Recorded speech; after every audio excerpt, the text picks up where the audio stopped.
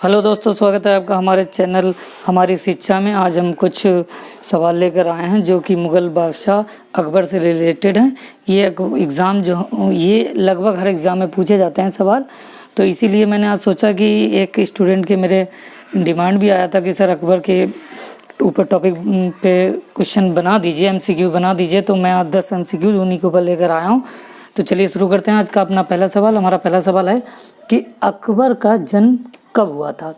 तो अकबर का जन्म हुआ था 1542 ईस्वी में।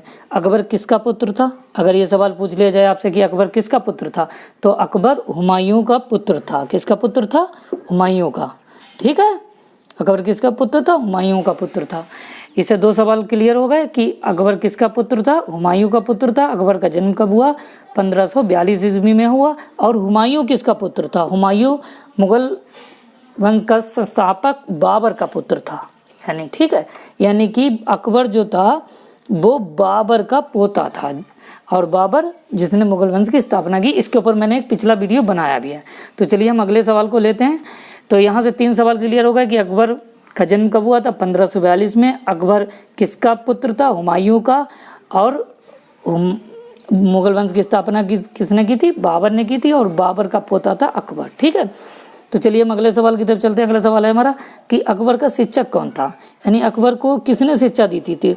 तो अकबर को जो शिक्षा दी थी अब्दुल लतीफ़ ईरानी ने दी थी। ठीक है, तो हमारा अगला सवाल है कि बैरम खां अकबर का संरक्षक कब तक रहा, यानी कब तक इनके संरक्षण में अकबर ने काम किया। तो 1556 से 1560 तक बैरम खां ने इनकी देखरेख की थी। ठीक है, तो चलिए हम अगले सवाल की तरफ चलते हैं। हमारा सवाल नंबर 14 है कि पानीपत की दूसरी लड़ाई किनके मध्य लड़ी गई। पानीपत की दूसरी लड़ाई किनके मध्य लड़ी गई? तो पानीपत की कुल 3 लड़ाइयाँ लड़ी गई। दूसरी लड़ाई जो लड़ी गई वो लड़ी गई अकबर और हेमू के बीच में। ठीक है, अकबर और हेमू के बीच में। और 1556 में किसके संरक्षण में अकबर पल्ला था? ठीक है, पानीपत की पहली लड़ाई की बात कर लेते हैं।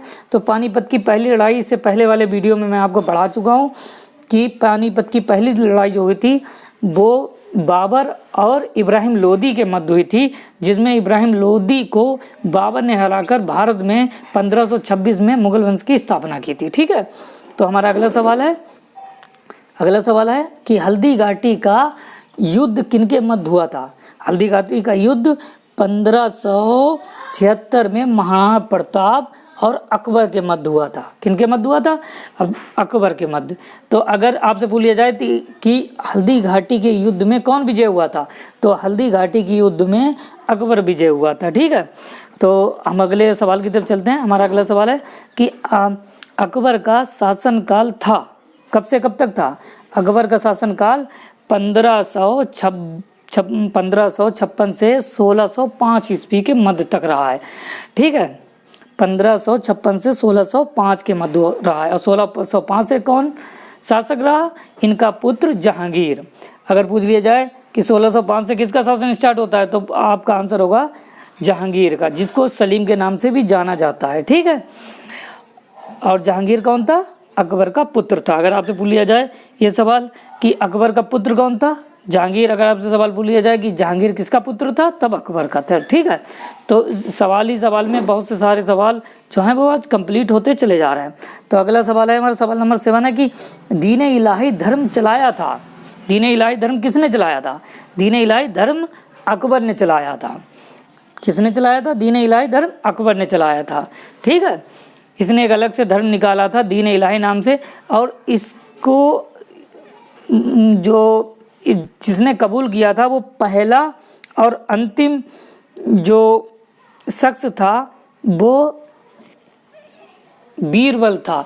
यानी कि इसको स्वीकार करने वाला पहला और अंतिम जो हिंदू था वो बीरबल था। ठीक है, अगला हम सवाल देख लेते हैं। सवाल नंबर 8 है कि अकबर के दरबार के प्रसिद्ध कवि थे। कौन थे? अकबर के दरबार के प्रसिद्ध कवि थे तानसेन।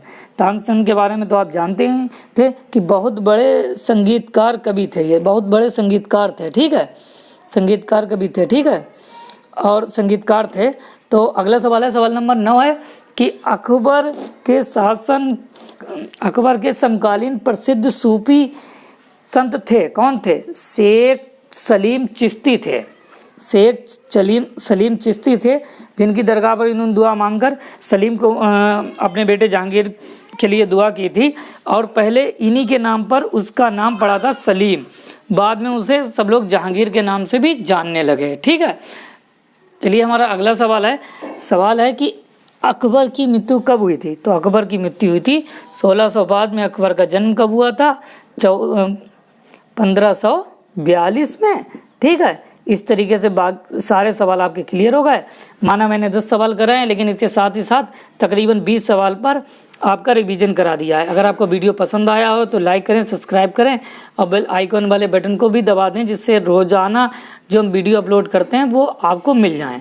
अगर आपको लगता है कि किसी स्पेशल टॉपिक पे आपको वीडियो चाहिए तो आप मुझे कमेंट बॉक्स में लिख सकते हैं। ठीक है, धन्यवाद, शुक्रिया।